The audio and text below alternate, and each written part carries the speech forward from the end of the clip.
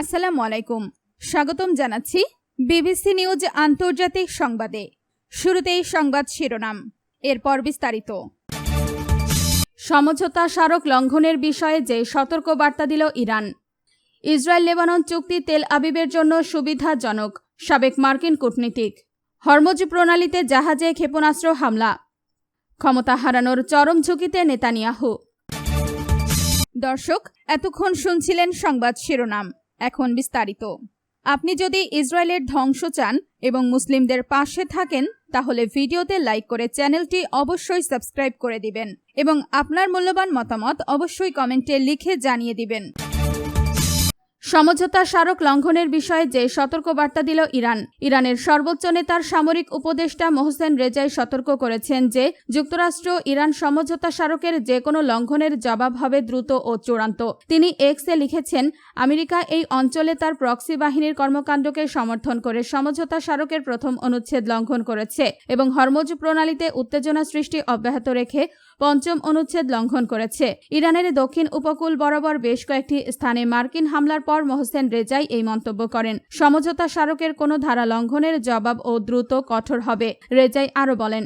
এর আগে হরমুজ প্রণালীতে একটি পণ্যবাহী জাহাজে হামলার পর প্রেসিডেন্ট ডোনাল্ড ট্রাম্প ইরানকে যুদ্ধবিরতির মূর্খতাপূর্ণ লঙ্ঘনের জন্য অভিযুক্ত করেন। এরপর মার্কিন সামরিক বাহিনী ইরানের লক্ষ্যবস্তুতে হামলা চালায়। মার্কিন সেন্ট্রাল কমান্ড জানায়, বৃহস্পতিবার একটি পণ্যবাহী জাহাজে ড্রোন হামলার জবাবে তারা শুক্রবার ক্ষেপণাস্ত্র ও ড্রোন মজুত কেন্দ্র এবং উপকূলীয় রাডার অবস্থানগুলোতে হামলা চালিয়েছে। ওই হামলার ফলে অঞ্চলটিতে আটকে পড়া নাবিকদের সরিয়ে নেওয়ার একটি পরিকল্পিত অভিযান স্থগিত হয়ে যায়। এদিকে তেহরান বলেছে, পারস্য উপসাগরের জলপথ দিয়ে অননুমোদিত পথে যাতায়াত করার কারণে পণ্যবাহী জাহাজটিতে হামলা চালানো হয়েছে। অন্যদিকে মার্কিন হামলার পর ইরান পাল্টা যুক্তরাষ্ট্রের বিরুদ্ধে তাদের অন্তর্বর্তীকালীন চুক্তি লঙ্ঘনের অভিযোগ করেছে এবং বলেছে যে তারা মার্কিন বাহিনীর সাথে সম্পর্কিত লক্ষ্যবস্তুতে হামলা চালিয়েছে।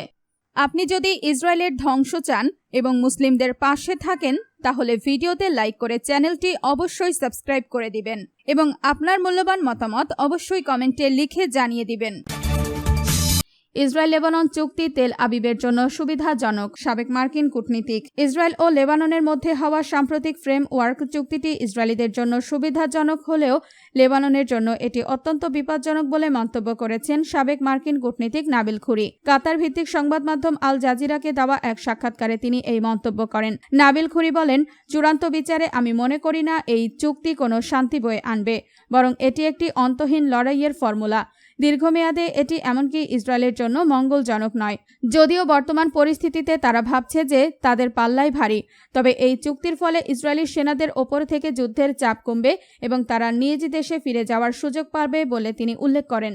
আপনি যদি ইসরায়েলের ধ্বংস চান এবং মুসলিমদের পাশে থাকেন, তাহলে ভিডিওতে লাইক করে চ্যানেলটি অবশ্যই সাবস্ক্রাইব করে দিবেন এবং আপনার মূল্যবান মতামত অবশ্যই কমেন্টে লিখে জানিয়ে দিবেন। হরমুজ প্রণালীতে জাহাজে ক্ষেপণাস্ত্র হামলা। অন্তর্বর্তীকালীন শান্তি চুক্তি স্বাক্ষরের পর সবচেয়ে বড় উত্তেজনার সৃষ্টি হয়েছে হরমুজ প্রণালীতে। যুক্তরাষ্ট্র ও ইরানের পারস্পরিক হামলার পর শনিবার 27 জুন সেখানে একটি তেলবাহী ট্যাঙ্কারে ক্ষেপণাস্ত্র আঘাত হেনেছে বলে জানিয়েছে ব্রিটেনের সামুদ্রিক নিরাপত্তা সংস্থা। 2 সপ্তাহ আগে 4 মাসের সংঘাতের অবসান ঘটাতে যে চুক্তি হয়েছিল, তারপর এই ঘটনাকে সবচেয়ে মারাত্মক সামরিক উত্তেজনা হিসেবে দেখা হচ্ছে। যুদ্ধরত দুই পক্ষই একে অপরের বিরুদ্ধে চুক্তি লঙ্ঘনের অভিযোগ এনেছে। ওয়াশিংটন জানিয়েছে তারা রাতভর ইরানি লক্ষ্যবস্তুতে হামলা চালিয়েছে। অন্যদিকে ইরান দাবি করেছে যুক্তরাষ্ট্রের হামলার জবাবে শনিবার তারা মার্কিন বাহিনীর সাথে সম্পৃক্ত লক্ষ্যবস্তুতে পাল্টা আঘাত হেনেছে। ব্রিটেনের সামুদ্রিক নিরাপত্তা সংস্থা জানিয়েছে শনিবার আক্রান্ত হওয়া ট্যাঙ্কারটির ব্রিজের অংশ ক্ষতিগ্রস্ত হলেও এর সব ক্রু নিরাপদ রয়েছেন। উদ্ভূত পরিস্থিতির কারণে নৌবাহিনীর আন্তর্জাতিক জোটের পরিচালিত যৌথ সামুদ্রিক তথ্যকেন্দ্র ওই অঞ্চলে নিরাপত্তা হুমকির মাত্রা বাড়িয়ে দিয়েছে। নির্দিষ্ট কোনো জাহাজে হামলার বিষয়ে ইরান সরাসরি মন্তব্য না করলেও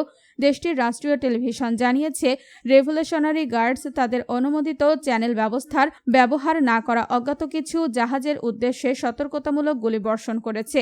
এর ফলে অন্যান্য জাহাজগুলো এখন প্রণালী অতিক্রম করার আগে ইরানের কাছ থেকে অনুমতি নেওয়ার চেষ্টা করছে।